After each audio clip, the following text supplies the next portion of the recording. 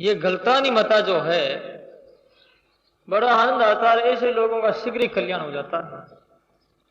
भाई tip tip ऐसे वर्षा होती है, छांटे होते हैं थोड़े थोड़े, उन बूंदों से कुछ भी तालाब नहीं भरेगा, और उस बूंदों से कोई भी जो है खेती के लिए भी वो कारगर नहीं होगी।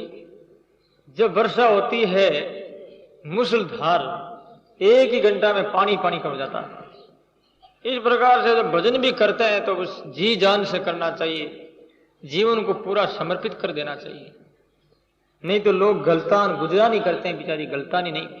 इसलिए संत कहते हैं गुजरान मता गलतान मता कब आएगा, जब प्राणी बहुत सुख पाएगा, जब पारी बहु सुख पाएगा, गलतान मता कब आएगा, सब संत मता कब आएगा। जब प्राणी बहु सुख पाएगा, ये गलतान मता, गलतानी बुद्धि कब आएगी। तो महाराज कहते हैं एक तो गुजरान करते हैं, पेट भराई करते हैं, एक रोज के हजारों लाखों रुपए कमाते हैं, वो गलतानी बात। तो ऐसे घंटा दो घंटा कोई ऐसे थोड़ा बहुत राम राम कर लिया, पूजा पाठ कर लिया, थोड़ा सा ठाकुर जी के टिकोरा हिला दिया, ये गुजरान है, गलतान नहीं है। गलतान तो वो होता है जैसे मीरा का जीवन गलतान था, ध्रुव का, प्रहलाद का, बड़े बड़े महान पुरुष में दरिया जैसे संतों का। गलतान गला दिया अपने अंग को, अपने शरीर को, अपने इंद्रियों को परमात्मा में समर्पित कर दिया सदा सदा के लिए। इसे गलतानी मता कहते हैं। ऐसी बुद्धि कब आएगी। तो आचार्य श्री कहते हैं आन रता गुजरान सब, नाम रता गलतान। गुजरानी और गलतान की पहचान क्या है। इसमें महाराज श्री कहते हैं भगवान नाम जाप को छोड़ करके दुनिया में कोई भी लाभ है तो वो गुजरान है, गलतान नहीं है। और आध्यात्मिक जीवन जो है वही वास्तव में गलतान जीवन है। इस वास्ते महाराज श्री ये बात बता करके यहां पर बता रहे हैं, चार बात कही महाराज श्री ने। जो लोग भजन करते हैं और भजन करके ध्यान करते करते मन में कोई कारण से ऐसे कोई विघ्न आ जाते हैं, संसारिक बाधाएं आती है और उनसे वो दुखी होकर के साधना का त्याग कर देते हैं, उनके लिए महाराज श्री ने 4 शाख कही। और 4 शाख का मतलब यही है कि धर्म, अर्थ, काम और मोक्ष, ये चारों ही उनके खत्म हो जाते हैं बाद में। किनके? जो पहले तो भजन करते हैं और उसके बाद में भजन करना छोड़ देते हैं। तो यहां पर बताया है पाय बिसारे राम को भ्रष्ट होते हैं सो, रवि दीपक दोनों बिना अंधकार ही हो। महाराज कहते हैं राम राम करते सदगुरु से शब्द लिया, कुछ दिन भजन किया और उसके बाद में भजन करना छोड़ दिया, तो महाराज श्री कहते हैं वो भ्रष्ट हो जाता आदमी। न तो सूर्य रहता है और न चांद और न दीपक रहता है। सूर्य भी नहीं और दीपक नहीं है तो अंधेरा ही है। सदगुरु की भी कृपा भी समाप्त हो जाती है और राम रूपी सूर्य भी उदय होता है, वो भी नहीं है। राम भी नहीं और गुरु भी नहीं, दोनों ही नहीं है तो उनका जीवन जो है महाराज श्री कहते हैं भ्रष्ट हो जाता है, अंधकार हो जाता है। अंधकार ही अंधकार है। दूसरी बात कही पाय बिसारे राम को बैठा सब ही खोय, दरिया पड़े आकाश चढ़े राखन हारन को। बोलो राम।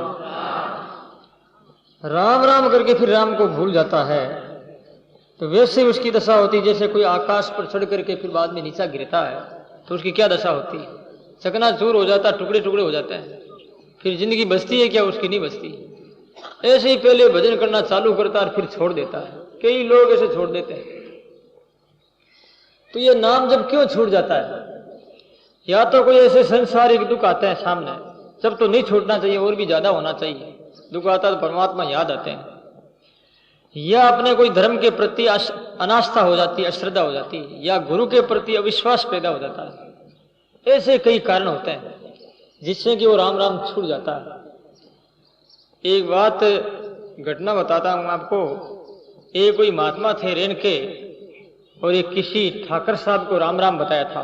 वो ठाकर अभी मौजूद है, वो महात्मा तो धाम पधार गए। ध्यान बताया सारों सार विधि के सहित ध्यान बताया तो राम राम करने लगे। राम राम काफी उनके बढ़ गया। उसके बाद में विचार हुआ कि उसने क्या राम राम बताया, वो तो मेरे से नीची जाति के हैं। वो जाति के ठाकर राजपूत थे और बताने वाले गुरु थे वो निम्न जाति के थे। निम्न मन नीच नहीं थे, ऊंची जाति के थे, लेकिन कुछ से छोटे थे। देवासी समझ लीजिए, कोई भी समझ लीजिए। तो इस जाति के होने से उनके मन में आ गया कि मैं तो राजपूत हूं और वो देवासी। मन में आ गया, अश्रद्धा होगी गुरु के प्रति, और उनका राम राम छूट गया उसके बाद। और राम राम निकल गया हृदय से भी। अब वो राम राम का ध्यान करते, ध्यान बिल्कुल नहीं होता है। जब भी ध्यान करने बैठते हैं, राम राम की जो धारा चलती थी, ध्यान चलता था, वो ध्यान घटने लगा। घटते घटते घटते अश्रद्धा होते हो तो बिल्कुल छूट गया। फिर मन में होश आया कि राम, वो पहले वाली जो बात थी, भगवत ध्यान इतना सड़ा बड़ा था और निरंतर लगातार होता था, ये मेरे में स्थिति कैसे हो गई? उसके बाद में वो जाकर के उस महापुरुष के सामने निवेदन किया कि महाराज मेरा राम राम तो छूट गया। तो महाराज ने कहा, रे भाई तुम कोई अवगुण देख लिए उल्लो रे कोई, किसी किसी में तुमने अवगुण देखा, इसलिए तेरा ध्यान छूटा है। महात्मा को पता लग गया। उसने कहा, महाराज अवगुण तो मैंने आप में ही देखा, और किसको बताऊं मैं, बस मेरे में देखा जरा, वाह भाई और क्या। इसलिए धर्म के प्रति अश्रद्धा हो गई, सदगुरु के प्रति, सदगुरु को भगवान से नीचा मान लिया, तो भी राम राम छूट जाता है। पाए बिसारे राम को। इसलिए सदगुरु राम मंत्र नहीं, प्रथम अपने गुरु है माँ बाप। धर्मशास्त्र में 3 गुरु बताए, वैसे तो गुरु बहुत है, माँ बाप पहले गुरु माने गए। जो माता पिता शिक्षा देते हैं बच्चों को, अच्छे संस्कार देते हैं। दूसरे गुरु होते हैं शिक्षा देने वाले, कला सिखाने वाले, विद्या सिखाने वाले, विद्या व्यापार खेती कोई भी काम सिखाते हैं, वो दूसरे प्रकार के गुरु है। और तीसरा प्रकार का जो गुरु होता है सदगुरु, वो मोक्ष की प्राप्ति करवाते हैं। तो सदगुरु होता है वो सर्वोपरि होता है। तो सदगुरु के जो प्रति उन्होंने ऐसा प्रकार से विश्वास कर लिया, मन में अवगुण आ गया, इस कारण से उनका राम राम छूट गया। जब उसने बात की थी उस समय हम लोग भी वहीं मौजूद थे, वर्तमान थे, हमने भी सुना था। फिर वो महात्मा कई बार ऐसे उदाहरण देते थे कि ऐसा उनका राम राम छूट गया बेचारा का, ठाकर साहब का, क्या करें, छूट गया। तो महाराज श्री कहते हैं, पाय बिसारे राम को महा अपराधी सो, दरिया तीनों लोग में ईशान दूजा को। सबसे बड़ा अपराधी और पापी बताया किसको? राम जी को भूलना। राम जी को भूलने वाला, स्मरण नहीं करने वाला सबसे बड़ा पापी। अब बताओ, कोई कहता मैं तो भाई बिल्कुल पाप नहीं करता हूँ, अच्छा काम करता हूँ, राम राम नहीं करूं तो क्या है, मेरा तो भला हो जाएगा।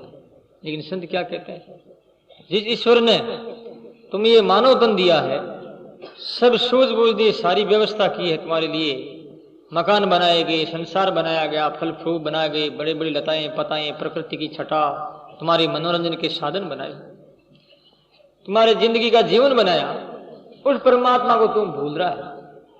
सबसे बड़ा पाप हत्या यही है कि ईश्वर को भूल जाओ। अब विचार कर दो, अब कोई कहता मैं पापी नहीं, तो भगवान को याद नहीं करता, सबसे बड़ा पापी हुआ।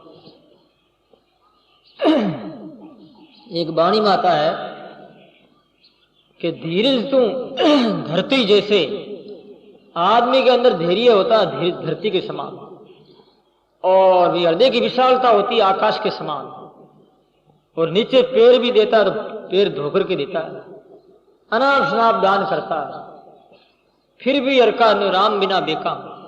यदि राम जी का भजन नहीं करता तो वो बेकाम बताया उसको। शूरवीर भी, सती भी, बड़ा दानी भी, सब कुछ है, यदि भजन नहीं करता जन हर का सोच विचार कहीं हर का राम बिना बेकाम। सोच विचार करके राम बिना बेकाम है, कोई काम का नहीं। इस वास्ते आपने भजन कर लिया तो सारे ही ऋण आपके उतर गए, क्योंकि परमात्मा सबके मूल है। मूल में पानी देंगे तो डाले पत्ते फूल अपने आप ही सब में पानी चला जाएगा, और मूल में ही पानी नहीं है तो भाई डालो पत्तों के ऊपर पानी चाहिए कितना ही डालते रहो, जड़ों में पानी जब तक नहीं जाएगा तब तक वृक्ष हरा भरा नहीं होगा। इस वास्ते मूल जो ईश्वर है, तो महाराज जी ने तीसरी बार बात की, पाई बिसारे राम को मां अपराधी सो।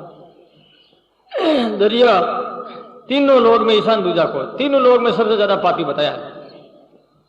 चौथा नाम बताया है, पाए बिसारे राम को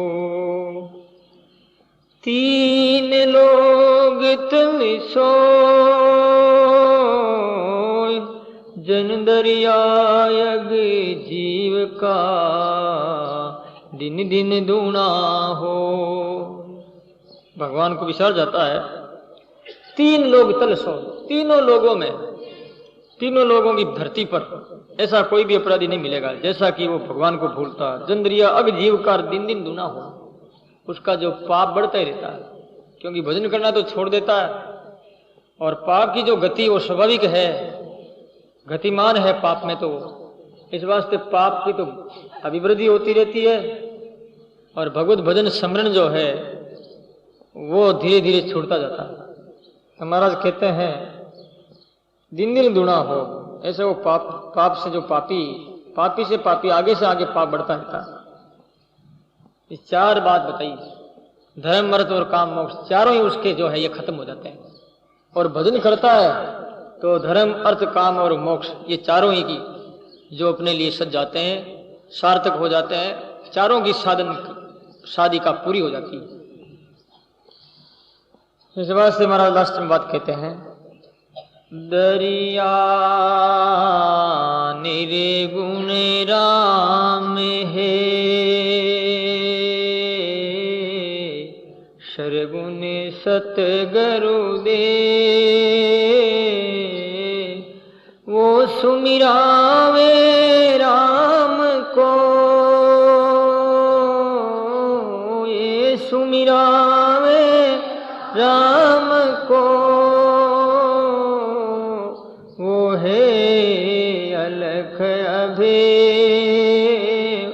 वो है अलख अभे। बोलो राम। आचार्य श्री कहते हैं दो के साथ में प्रेम होना चाहिए। दरिया निर्गुण राम है, सरगुण सदगुरुदेव। निर्गुण है राम जी का नाम है, सरगुण कौन है? गुरुदेव, सदगुरुदेव। ये सुमिरावे राम को, सदगुरु तो राम नाम का स्मरण करवाते हैं, और वो परमात्मा जो है वो अलग अभेद है। इस बात से दोनों ही जीवन के लिए कारगर है, काम के लायक है।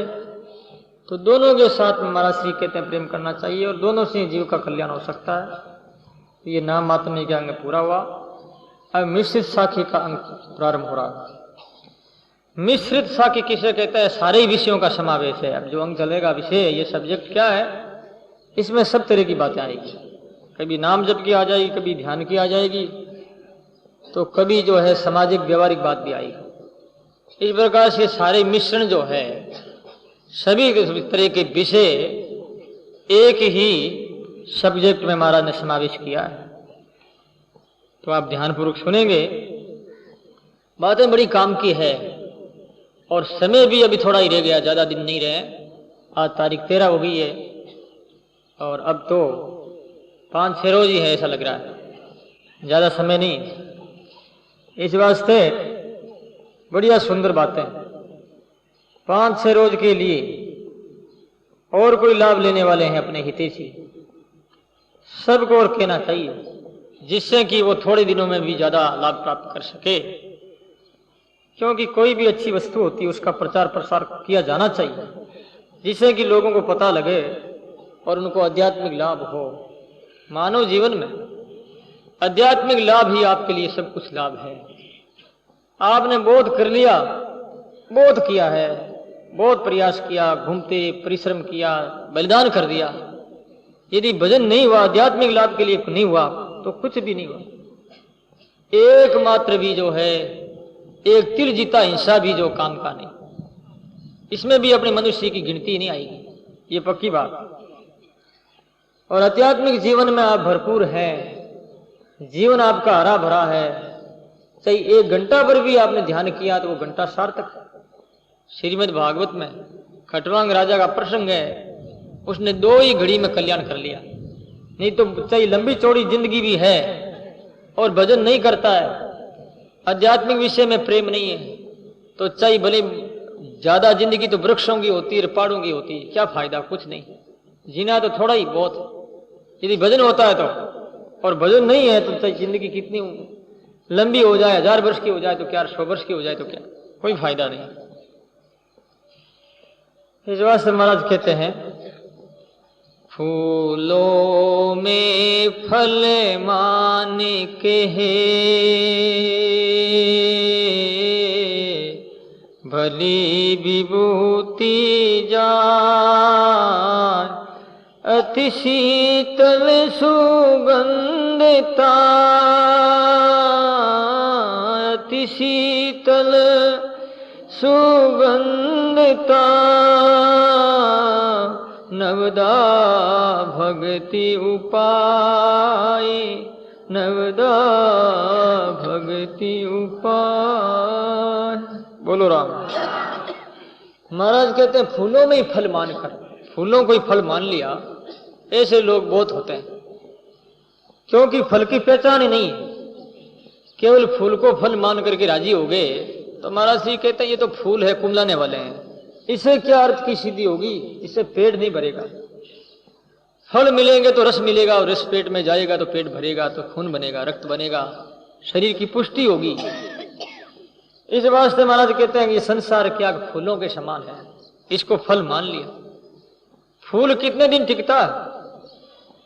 फूल टिकता है तोड़ने के बाद में 2-4 घंटा, ज्यादा उनको जो है एयर कंडीशन में रखते हैं, फ्रिज में रख लेंगे तो 24 घंटे रख लो, और क्या 2 दिन रख लो, और फिर क्या होगा, वो तो कुमला जाएगा, उसकी जो है सुगंधी वो भी बिखर जाएगी, और अस्तित्व कुछ नहीं बनेगा। क्या बनेगा, क्या पीछे रहेगा, एक छिलका रह जाएगा, घास रह जाएगा, एक छुंत्र का रह जाएगा, और कुछ नहीं रहेगा। ऐसा ये संसार है।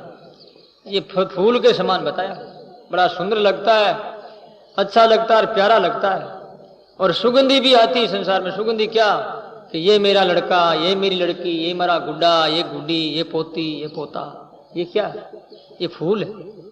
इस फूल को देख करके राजी मत हो, ये फूल कुमला जाएंगे और इनमें सुगंधी ज्यादा दिन की नहीं है, ये सब जाने वाले हैं।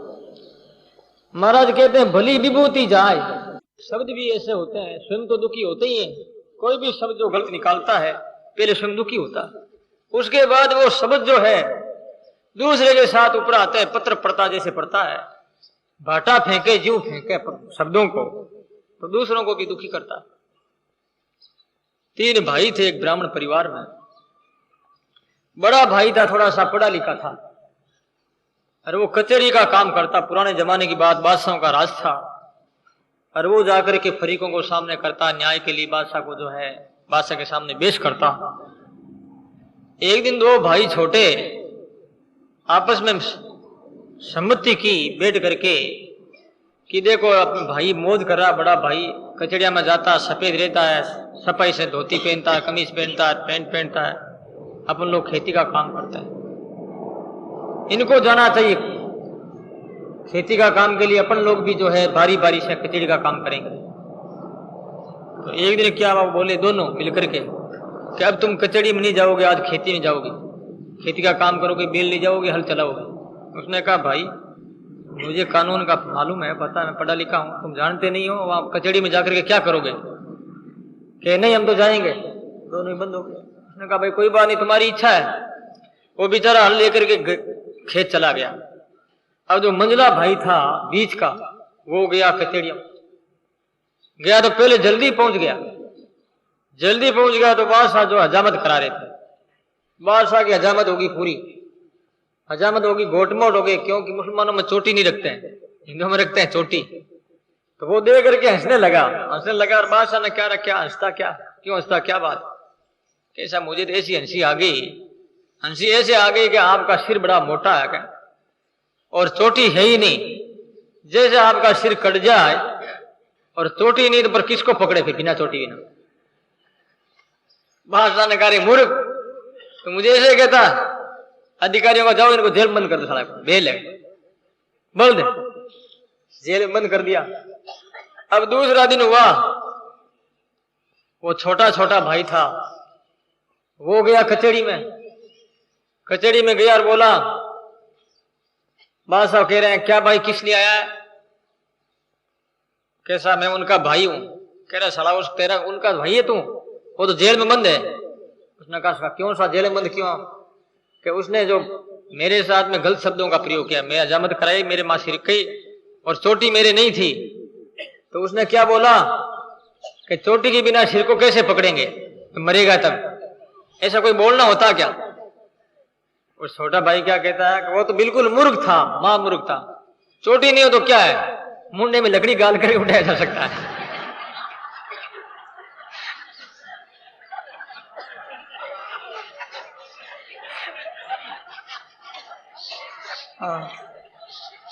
चोटी नहीं तो कोई फर्क नहीं पड़ता है, मुंह तो है, मुंह में लकड़ी डाल करके उठा लेंगे। अब देखा साला ये तो उससे ज्यादा मूर्ख है, इसको जेल में बंद करो, इसको भी बंद कर दो, उसको भी बंद कर दिया, दोनों जेल में आ गए। भाई को पता लगा, बड़ा भाई पढ़ा लिखा था, बेचारा होशियार था, कि दोनों ही बंद हो गए जेल में, क्यों हुआ, ऐसा हुआ। वो तीसरे दिन आया, बादशाह को नमस्कार किया, पहले प्रणाम किया। बादशाह ने कहा भाई क्या बात है, कि हमारे ये 2 बेल है आपके जेल में बंद है। बादशाह ने कहा तुम भी पागल है क्या, पढ़ा लिखा कर, वो बेल कैसे है, तेरे भाई है नहीं, कि भाई क्या वो बेल, ये मां मूर्ख बल्दी है, और क्या आपके साथ में ऐसे शब्दों का प्रयोग किया है, आप तो राजाओं के राजा हो, बादशाह हो, देश के महान हो, आदरणीय हो, पूजनीय हो, तो उन बेलों को आपने क्यों बंद किया है। कोई मनुष्य होता तो बंद करता तो अच्छे ही लगते हैं, वो तो बेल गए बीते हैं, पशुओं को कोई बंद थोड़ी करते हैं, पशुओं पर कानून लागू थोड़ी होता है।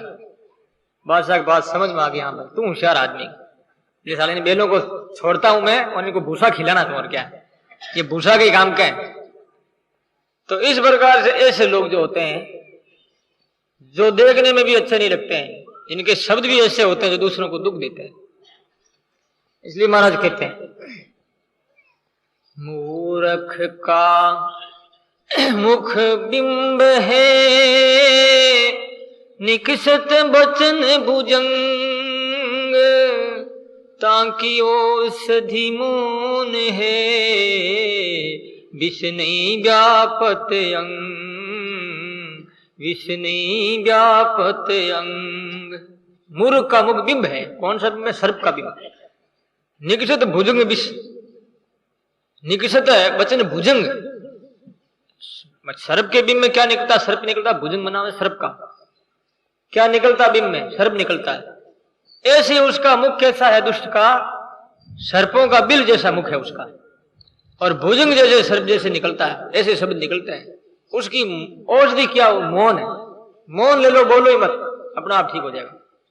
उनकी औषधि मौन है, विष नहीं व्यापत अंग, नहीं तो वो भुजंग सर्प खा जाएगा, मौन लेने के बाद में कोई नहीं खा सकता। इस वास्ते आचार्य श्री दरिया महाराज कहते हैं ऐसे महान पुरुषों के जो वचन भी होते हैं, मीठे होते हैं, प्यारे होते हैं, और उनका अंग भी अच्छा होता है, हर प्रकार उनका स्वभाव अच्छा होता है, मिलिया मिटावे पीर, दूसरों के पीड़ा को वो हरण कर लेते हैं। इस वास्ते सुख देवे दुख मेट दे, आता सुख देते हैं, दुख को मेट देते हैं, ऐसे महापुरुष होते हैं। तो महाराज श्री कह रहे हैं संकट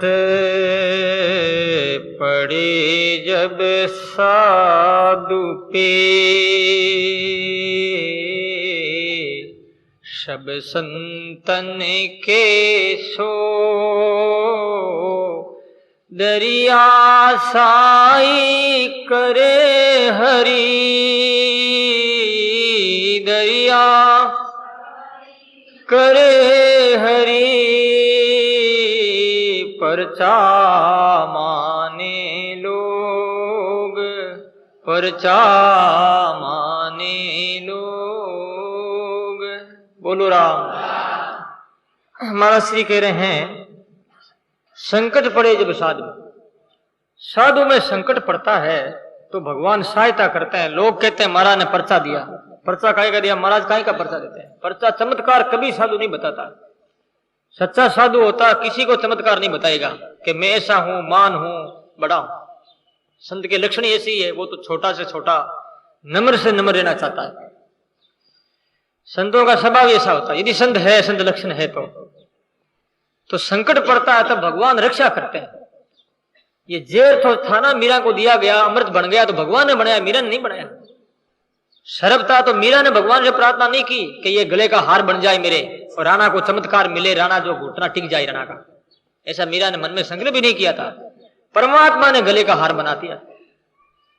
तब लोग कहने लगे रे मीरा ने पर्चा दिया, रे मीरा ने पर्चा दिया। मीरा ने कोई पर्चा नहीं। महापुरुषों क्या है, मर जावे तो मर जावे, रे क्या, उनका तो नित्य आत्मा तो अजर अमर है।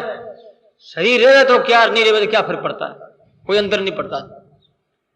इस वास्ते संकट पड़ता है तो भगवान करते हैं सहायता, उसे ऐसे चमत्कार बताते हैं भगवान परमात्मा स्वयं, भक्त नहीं बताते हैं। एक रेण के महात्मा एक गांव में, नाम नहीं लेना चाहता हूं, गांव में कोई झाड़ था, वो बड़ा ही खूंखार था, खतरनाक था। और उनकी धर्मपत्नी इतनी अच्छी थी, बेचारी सती थी। वो राम राम करती, महापुरुषों के पास जाती, बहुत रोती के बाप जी कभी आप हमारे घर आओ। ओह सपनों देख, कई बायां ऐसी माताएं हैं बेचारी, आती है सत्संग में भी आती है, सोचती भी है, लेकिन उनके धनी उनके बेटे ऐसे होते हैं तो पहली बात तो सत्संग में मना करते हैं और साधुओं की भी आलोचना करते रहते हैं। कहां जाती है, हाथों में क्या पड़ा रखा है, मोडा के पास जावे, मोडिया नहीं बनी गई तो रोमती फिरे है कहीं मोडा में लकड़ में रोमता क्यों फिरे। इस प्रकार से बात करते। स्वभाव सबका बराबर नहीं। जिसके घर में पति और पत्नी दोनों धार्मिक है वो घर जान लेना चाहिए कि भाग्यशाली है, भगवान उन घर को याद करते होंगे शायद, तभी तो ऐसे घर हुआ हो। और जिस घर में पत्नी कहीं जा रही है, पति कहीं जा रहा, एक घर में दो ही मता, एक तो बैरागण, एक वह भोपी, वे कहीं एक तो राम राम करे, एक जो बाबू जी की पड़ पर हरू जाए, पड़ बाज नहीं, दो मता बात नहीं। घर में तो एक मता जब बात बेटे, एक मता कब आएगा, संत कहते हैं। तो वो उस पति से बहुत दुखी थी। एक दिन महात्मा के पास जाकर के, बाप जी मारा पति अब गांव जावेला 6-7 दिन तक आवेला को नहीं, जो आप मारे बाड़ा में रह जाइए बाप जी, घर नहीं आओ तो कहीं। महाराज के भाई की सारा बाड़ा में रह जाओ, बाड़ मार जंगल में, बाप दूर है गांव बारे। महाराज आए गया, महाराज के साथ 3-4 चेला और आए गया। वो ऐसा था आदमी, पता नहीं गांव गया दूसरे दिन आ गया वो। कोई जोक देखो आते ही बाबा को देख लिया अपने बाड़े में। पहली अपनी स्त्री को जो मना करता था, अब बाड़ा में देख लिया बाबा बसेन में भी ने। अब वो जो बाबा को तो कुछ नहीं कर, अब घरे गयो पहली। अब लुगाई ने गालियां बोले, रान मोडा के जावेली कहीं तू क्यों भेड़ा कर यार, बड़ो खराब कर दियो मारो आए हादू। मारा तो कुछ नहीं बोले, बोलने लगे वो जोर जोर से, बोलते बोलते वो बाड़ा में आया, वही आका करने लग गया। आका करने इतने में संत ने कहा, रे भाई, अरे महात्मा वो दड़ो है बड़ो तू मतिरो लिया, मीठो लागे मन, मतिरा की मन में आई रे मारे। जिन्हें कही दड़ा पर बेल क्या थी, वो तेतुम्बा की बेल थी। तेतुम्बा में समझते हो, बकरियां खाता है, खारा जहर होता है। हाँ दुम्बा बोलते उनको क्या, हाँ तेतुम्बा को। तो वो तेतुम्बा जो उस प्रकार से तेतुम्बा की बेल थी वो तोड़ा, और वो जाट देख रहा था ये क्या कर रहे हैं, अरे गतिविधि देख नहीं मोड़ा की कैसे मंगा रहा हूं मतिरा। अब वो मंगा करके और उसको फोड़ा तो लाल मतिरा वो खाने लगे। उसको चौधरी को बोले, हाँ भाई भगत आ रहे, तुम भी प्रसाद ले। तो अपना आंख से देख रहा था, मदिरा गिरी, मीठी लगी। अब वो तो पैरों में पड़ गया, रोने लगा कि मैंने बड़ी गलती कर दी महाराज, आप वास्तव में महात्मा हो और आप मुझे माफ कर दो। मैंने झूठे इंजाम लगाए थे, कलंक लगाए थे आप संतों के प्रति, बहुत गलत काम हो गया। वो सरेंडर हो गया और फिर भगत बना तो ऐसा बना, वो कट्टर बन गया। बाद ऐसे कट्टर होते ना, जिनकी जिस जगह कट्टरता होती, जिस विषय में, यदि ऐसा आदमी परमात्मा की तरफ मुड़ जाता तो वहां भी कट्टरता हो जाएगी। देख लो आप, जितने भगत ज्यादा कट्टर हुए हैं वो डाकू और लुटेरे हुए हैं। देख लो, डाका डालना के डाका डालते खूब डाका डाला, मारे लोगों को खूब मारे, और जब भगवान की तरफ मुड़ गए तो ऐसे मुड़े, खूब मुड़े मुड़े कि उस जन्म में भगवान को प्राप्त कर लिया। इतना कर डाकू देख लो, वाल्मीकि बना, वेश्या को देख लो, और कई ऐसे संतों के गजगनिका, अजामेल वगैरह जो हुए हैं, पाप किया तो पाप में अति हुए थे, और भगवान के भजन में लगे तो अति पूर्वक लग गए, यानी हर प्रकार से लग गए। इससे क्या होता है, जो सर्वभावे न भारत है, तमेव शरणम गच्छ सर्वभावे न भारत, सर्वभावे न भारत, यानी सब भावों से सर्वशक्ति लगा देते हैं परमात्मा में। जो सारी शक्ति अवगुणों में थी, यानी खोटे कामों में थी, वही शक्ति परमात्मा लग गई, उस शक्ति से जगह परमात्मा का साक्षात्कार हो गया। तो कहने का मतलब उनके जीवन में परिवर्तन फिर ऐसा आया तो बहुत सुंदर आया, साधुता आ गई। तो आचार्य श्री कहते हैं, संकट पड़े साध में। महात्मा ने मदिरा मंगाया था, बेल थी तुम्बे की, उस बेल तुम्बे, सारे तुम्बे ही तुम्बे थे, एक मदिरा था वो। उस जाट ने देखा था तो सब तुम्बे थे, मदिरा कोई था ही नहीं, तो वो तो बाड़े में रोज जाता था। लेकिन वो मदिरा कैसे हो गया भाई? ये चमत्कार कोई संत ने नहीं किया, किसने किया? भगवान ने किया। महात्मा चमत्कार नहीं बताते हैं। बाद में वो सदा के लिए साधु बन गया। तो कहने का भाव ये है, ऐसे परमात्मा भक्तों की रक्षा करते हैं। लोग सोचते हैं कि भाई महाराज पर्चो दियो, महाराज पर्चो आज देवे कोई काल देवे, पर्चा तो भगवान का है। तो अब समय पूरा हो गया। महाराज का ये मिश्रण सभी ही विषयों का जो समावेश की सब्जेक्ट में है, और इसमें सभी प्रकार की बातें संक्षिप्त में उपसंहार के रूप में वर्णन है। आप लोग ध्यानपूर्वक सुनेंगे। आचार्य श्री कल का जो प्रसंग रहा कि अंग साध का बचन शीतल शरीर, यानी जो है मान पुरुषों के शरीरों के, उनके मानसिक विचारों के लक्षण होते हैं। मनुष्य का अंदर का जो विचार है वही उनका स्वरूप माना गया है, क्योंकि विचारों की तरंगों के अनुसार ही उनका स्वरूप माना गया। इसलिए है कि उनके अनुसार ही उसकी क्रिया मूर्त होती है। कोई भी आदमी पहले स्फुरना होती है, उस स्फुरना के बाद वो संकल्प करता है, और संकल्प के बाद में उसमें फिर दृढ़ता आती है, और दृढ़ता के बाद में वो सक्रिय होकर के वो काम करता है, क्रिया रूप में, मूर्त रूप में उनका कार्य साकार होता है। इसलिए व्यक्तियों की जो भावना है वही उनका स्वरूप है, ऐसा जानना बहुत जरूरी है। यदि आपने ऐसा नहीं जाना तो आप चूक जाएंगे, क्योंकि जिस व्यक्ति के अंदर धर्म की भावना से अंतःकरण भरा हुआ है और सदा ही धर्म की भावना से वो भावित रहता है, दया, मैत्री, करुणा, आर्द्रता, दयालुता, विनय, स्नेह, प्रेम, ये भाव रहते हैं परमात्मा के प्रति और महान पुरुषों के प्रति और सदगुरु के प्रति, तो उनका वैसा ही स्वरूप है। सजनों, निर्माण पहले होता है और परिणाम बाद में मिलता है। आप ऐसा मत सोचना कि मरने के बाद में हमें परिणाम प्राप्त होता है, पहले नहीं होता है, ऐसा नहीं है। मरने के बाद में ही कोई योनि मिलती है, पहले नहीं मिलती है। नहीं, धर्म ग्रंथों ने तो पहले ही आकार की रचना के बारे में वर्णन किया है। मानव पहले ही स्वयं जो अपने आप का निर्माण करना प्रारंभ कर देता है। शरीर छूटने के बाद में तो योनि मिलती है, प्राप्ति तो उसे पहले ही हो जाती है। लड़का पास पहले ही हो जाता है, पढ़ लिख करके परीक्षा में बैठता है, परीक्षा में अच्छी प्रकार से उसने प्रश्नों का उत्तर दे दिया तो पास हो गया। फेल नहीं हुआ, वो जांच करने के बाद में नंबर दिए जाते हैं सिर्फ। पास तो पहले हो चुका, क्योंकि प्रश्न अच्छी प्रकार से कर लिए। नंबर देने वाला फिर वो करता है कि पास हो गया, लेकिन पास वो पहले हुआ है।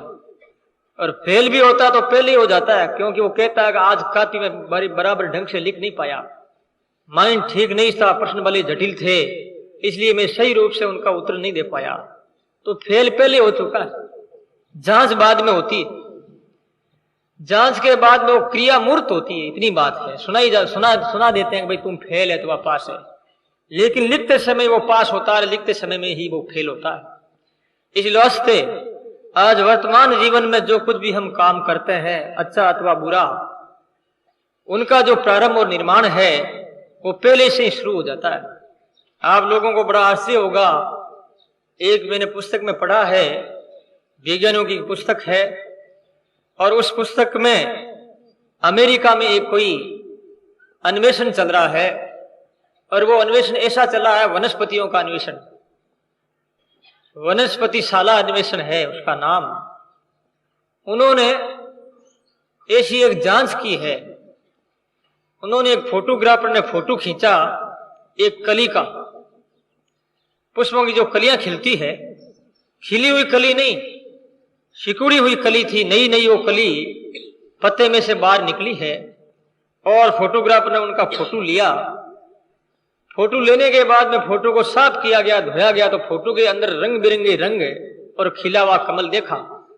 बड़ा आश्चर्य हुआ फोटोग्राफर को कि आज जो हमारी ये शोध है उसकी सफलता में आज मिली। विचार करिए, पहले कैसे वो रंग दिखाई दे रहा है, फोटो धो करके रंग देखा है, और उसके बाद में वो वहां गए हैं कमल के पास में, तो देखते हैं तो वो कली तो वो सिकुड़ी हुई है, फूल तो भी खिला ही नहीं है, और फोटो में जो है फूल खिला हुआ फूल का आकार कैसे आया, आश्चर्य हुआ उन्हें। उसके बाद में 6-7 रोज के बाद में जब वो कली खिल जाती है, और खिलने के बाद में फोटो लेकर के गए, तो फोटो में और उस कली में खिले हुए उसके अंदर जो है पंखुड़ियां थी फूलों की, और रंग बिरंगे वो फूल थे फोटो में, और वो कमल वो फूल जो है एक जैसा आकार, एक जैसा प्रकार, एक जैसा रंग और एक जैसा रूप। बड़ा आश्चर्य हुआ उन्हें। फोटो पहले आ गया और रंग और कमल का खिलना, जो पुष्प का खिलना बाद में हुआ है। ऐसे हम अपने जीवन में जो है अपने आप के निर्माता हैं, और अपने आप को हम पहले ही बना लेते हैं। जो बुरा बनाना है अथवा भला बनाना है ये हम सब पहले ही कर लेते हैं। मरने के बाद में तो उन क्रिया का फल मिलता है, इतनी बात है। क्रिया तो पहले हो चुकी होती है। बड़े बड़े मनसूबों के हम बिल्डिंग, मेल, मनोरथ, राज्य हम बना रहे हैं, बन चुके हैं। जो कोई भी आदमी आज जो बन रहा है, चाहे वो कुत्ता बन रहा होगा, घोड़ा बन रहा होगा, गधा बन रहा है अभी वर्तमान में, अथवा देवता बन रहा है, अथवा कोई भगवान बन रहे हैं वो। लेकिन भगवान बन रहे हैं अथवा कोई दानव बन रहे हैं, राक्षस बन रहे हैं, ये हमें वर्तमान में कैसे पता लगे? जैसे कि फोटोग्राफर ने फोटो लिया और वर्तमान में पता लगा लिया भविष्य का, कि भविष्य में इनके जो है रंग रूप ये कलियों के ऐसे होंगे और इनके पुष्प की कलियां ऐसे खिलेगी, ऐसे ये पता लगा दिया जाता। ये सत्संग है। सत्संग एक जीवन दर्शन है। इस जीवन दर्शन में आप अपने जीवन को देख सकते हो, मैं अच्छा हूं अथवा बुरा हूं, मैं अपने आप का रचयिता निर्माता जो हूं वो अपने आप को किस रूप में मैं रचना कर रहा हूं, अच्छाइयों की ओर हो रही है अथवा बुराइयों की ओर ये रचना हो रही है, मैं अपने आप को देवता बना रहा हूं या निशाचर बना रहा हूं। इस बात का पता पहले कब लगता है? जब हम सत्संग में आते हैं। धीरे धीरे सत्संग सुनते सुनते सुनते और विवेक की जागृति होती है, विवेक के द्वारा अपने आप आत्मा का जो है अनुसंधान, उससे धीरे धीरे अपने आप का पता लग जाता है मैं कितना पतन की ओर जा रहा हूं अथवा कितना विकास की ओर चढ़ रहा हूं। इस वास्ते आचार्य श्री ने यह बताया है, ऐसे साध का जो अंग है वो शीतल होता है, वचन उनका मीठा होता है, और वैसे महापुरुष बड़े प्यारे होते हैं, वो लोकप्रिय होते हैं। आचार्य श्री कहते हैं परमात्मा ने हमें ऐसा अवसर दिया है और इस अवसर का हमने उपयोग नहीं किया, मानव श्री प्राप्त होकर के, और ऐसे सत्संग प्राप्ति का अवसर मिला है, फिर भी सत्संग में हम आते नहीं, अटेंड नहीं करते हैं, और ऐसे दिव्य अलौकिक लाभ का फायदा नहीं उठाते हैं, और ऐसे ही संसार के दुष्कर्म और दुष्कृत्यों में अपने आप को बहा रहे हैं। इस विषय में महाराज श्री कहते हैं, बातों में ही बे गया निकल गया दिन रात, दरिया मोलत पूरी भही, दरिया मोलत पूरी हुई, आन पड़ी जमगात, आन पड़ी जमगात। बोलो राम। महाराज कहते हैं बातें करते करते ही बातों में हमारी जिंदगी निकल गई और निकल गया दिन रात। ये दिन और रात जा रहे हैं बातों बातों में ही। और महाराज श्री कहते हैं ये अवधि शरीर की 80-60 वर्ष या 100 वर्ष की जो अवधि और सीमा है, ये सीमाएं नजदीक आ रही। और ये जीवन के जो किनारे एक दूसरे किनारों से जुड़ने वाले हैं, ये भिड़ने वाले हैं, एक दूसरे से मिलने वाले, और जीवन ये खत्म होने वाला। महाराज कहते हैं बातों में ही बह गया, आन पड़ी जमघात। बातें करते करते जीवन बीत गया और भजन नहीं किया, और बातों का अंत है ही नहीं। आप भजन करने बैठते हो, ध्यान करने बैठते हो, तो आपको बहुत ऐसा लगता है जैसे कोई 5 मिनट भी 1 घंटा जैसा लगता है, और 1 घंटा जैसे जैसे मानो कोई 24 घंटा लग गए हो।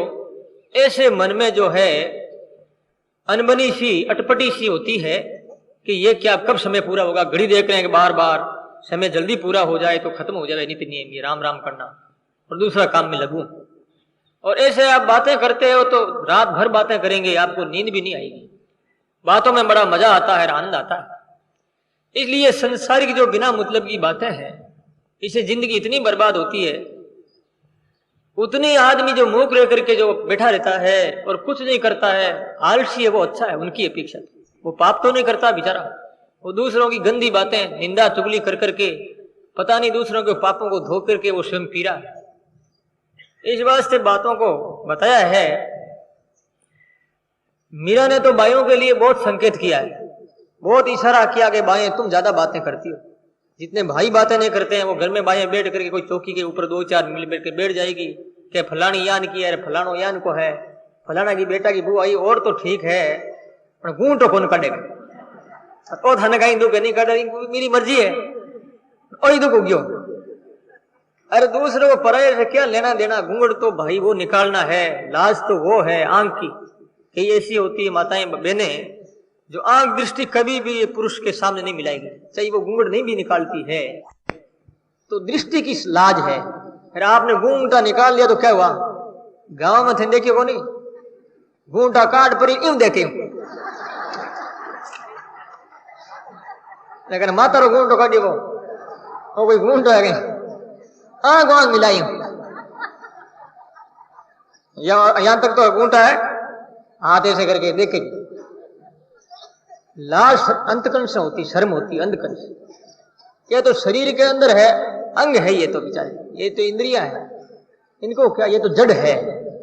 अंदर जो मैं कह रहा हूं ये चेतना जो प्रकृति की है, मन के ऊपर जो हावी है, बुद्धि के ऊपर जो हावी है, बुद्धि और मन निर्णय कर रहा है और वो अपनी स्वयं की तस्वीर बना रहा है। वो तस्वीर चाहे अच्छी बनती हो चाहे बुरी बनती हो, इसका अंदाज तो सत्संग में ही लगता है। या कोई साधक होता है, साधना करता है, वो अंदाज लगा सकता है कि मैं मेरी तस्वीर की कैसी रचना हो रही है और कैसे बना रहा हूं मैं। तो मीरा ने कहा है, अये बाया सुनो तो सरी, ये बाया सुनो तो सरी, मारा राम जी दयाल हरने भूलगी काहीं। घर में बाता बायर बाता, बाता पानी जाता, घर मेरे बाता बायर। ए बाता थारी कदे निखूटे पड़े जमारी, लाता बाया सुनो तो सरिये बिना, मारा राम जी दयाल हरने भूलगी काहीं। इतनी सुंदर बात। मीरा बाई जो है, भाइयों की पक्ष लिया है मीरा ना, ये पक्ष है। किसी को अवगुण बताना, गलती बताना, उनकी तो सहायता ही तो कर रही है, उनकी सपोर्ट कर रही है। मीरा कहती है मेरी बायां मेरी जाति नारी जाति होकर के भी इनमें ये अवगुण है, इसलिए मैं इनको चेता दूं, मेरा ये धर्म है। इसलिए मीरा ने कहा बायां सुनो तो सरी, बेना सुनो तो सरी, मारी राम जी दयाल हरने भूलगी कहीं। घर में बाता बारे बाता, और बाता पानी जानता।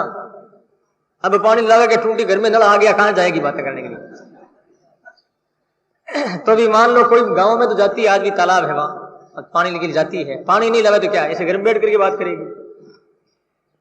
ये बातें इतनी बोने वाली है और प्रमाद में इतना समय जा रहा है अपना। अब ध्यानपूर्वक सुना इन बात को, आप ऐसे मामूली साधारण हंसी मजाक में नहीं उड़ाएंगे, ये बात बहुत काम की है। आप दूसरों की बातें करना छोड़ दो, कल्याण हो जाएगा, ये सही बात है। कोई क्या करता है, चाहे गंदा काम करता है, खराब करता है, कोई दुष्ट होगा, डाकू होगा, हत्यारा होगा, अपने वो क्या लेना देना। सुन तो कह तू अपने या में खोज तू कितना बुरा है, अपने आप की बुराई देखो तो बुराई वो खत्म हो जाएगी। और आज के जमाने में लोग दूसरों की इतनी बुराई देखते हैं। एक पेपर में आ गया किसी के प्रति ऐसे ही आ गया, कोई द्वेष से निकाल दिया, अब वो पेपर को देखेंगे, साहब पेपर में आया साहब फलानो यान को और फलानी यान की वहां ऐसा हो गया, बलात्कार हो गया, उनको बार बार खबरें पड़ेंगी। अरे कोई धार्मिक कोई खबर होगी, सत्संग की, कोई भजन की, तो कोई नहीं पड़ेगा, कहीं को नहीं, साधु कोई संगत करता होगा। ये क्या कारण क्या है? मैंने एक दिन आपको बात बताई थी। ये कारण इस वक्त यही है कि हमारे अंतकरण के अंदर जो है अलग अलग स्विच लगे हुए हैं, बटन लगे हुए हैं। तो हमारा जो स्विच, कौन सा स्विच खोला हुआ है? अवगुणों का। हमारे अंदर अवगुण भरे हुए हैं, तो अवगुणी आदमी अवगुण ही देखेगा, गुणी आदमी हो गया वो गुण ही देगा। महाभारत में कथा आती है, भगवान कृष्ण का युधिष्ठिर से युधिष्ठिर, दुनिया में कोई बुरा आदमी है तो उसको मुझे ला, बता कौन सा बुरा आदमी। युधिष्ठिर जी महाराज देखने के लिए जहां जहां गए तो इसमें एक बुरा, तो ये तो गुण है, ये तो है, लेकिन ये तो गुण है। युधिष्ठिर महाराज बेचारों ने बहुत दौड़ धूप की, कहा महाराज मुझे तो कोई ऐसा गुण दिखा ही नहीं, सब गुण ही गुण दिख रहे हैं। दुर्योधन को भेजा गया, कह रहे दुर्योधन कोई गुणी है तो उसको लाता। दुर्योधन जहां तहां भी गया और देखने लगा, देखता इसमें ये अवगुण है, इसमें ये अवगुण है, घूम घुमा करके वापिस आया, बोला महाराज एक भी गुणी नहीं, सभी अवगुणी अवगुणी। अब विचार करो, संसार तो वही था, देखने वाला की दृष्टि अलग अलग। तो राम में जगत को देखो नहीं, भगवान में क्यों किसी का बुरा करें, क्यों किसी की बुराई करें, कोई मतलब नहीं है। सबसे बड़ा अपराध पाप बताया। इस वास्ते किसी की आलोचना निंदा मत करो, बातें मत करो, कोई फायदा नहीं। चाहे हम उनकी अच्छी भी बातें करते होंगे, लेकिन अच्छी भी बात मत करो। श्रीमद् भागवत में आता है, गुणेश तुभे वर्जनते, गुण वही है, न तो किसी की स्तुति करे और न किसी की निंदा करे। स्तुति भी क्यों करें, किसी क्या लेना, भगवान की स्तुति करो, बड़ाई करो तो भगवान की करो, अपने क्या है, ठीक है वो अच्छा काम करता है तो उनका उनके काम आएगा, उनका भला होगा, उनका हित होगा, अपने को क्या। लेकिन उनसे प्रेरणा जरूर लेनी चाहिए कि बेचारा वो अच्छा काम करता है तो अपने को भी अच्छा करना है। इस वास्ते गुण और अवगुण किसी को भी देखे नहीं, किसी का नहीं देखना चाहिए। ऐसा भागवत में आया है। मुक्त महान पुरुषों के जीवनों का लक्षण है। तो आचार्य श्री ने यहां पर बताया है, बाता में बेगैर निकल गया दिन, मोलत पूरी भई। मोलत नाम अवधि का, सारा संसार मोलत के आधार पर है। ये बड़े बड़े पहाड़, नदियां, समुद्र, आकाश, वायु, पृथ्वी और ये त्रिलोकी सब अवधि पर। संतों ने कहा कि सन दास मोलत मंडी, सप्तदीप नवखंड, राजा राणा मोलती, मोलत पिंड ब्रह्मंड। किशनदास मोलत मंडी, ये मंडी किनकी मंडी है? संसारी मोलत की मंडी। मोलत को लेकर के आए, मोलत पूरी हुई और वापिस जाना पड़ेगा छोड़ करके। सप्तदीप नवखंड, सातों दीप और नवखंड और त्रिलोकी को संतों ने मोलत की सीमा में बताया है। इस वास्ते महाराज श्री कहते हैं कि मोलत के पहले पहले ही कोई भजन कर ले, मोक्ष की प्राप्ति कर ले तो कर ले। एक कोई महात्मा घूमते आए, एक सेठ के द्वार पर राम आवाज दी तो सेठ आया दौड़ा दौड़ा,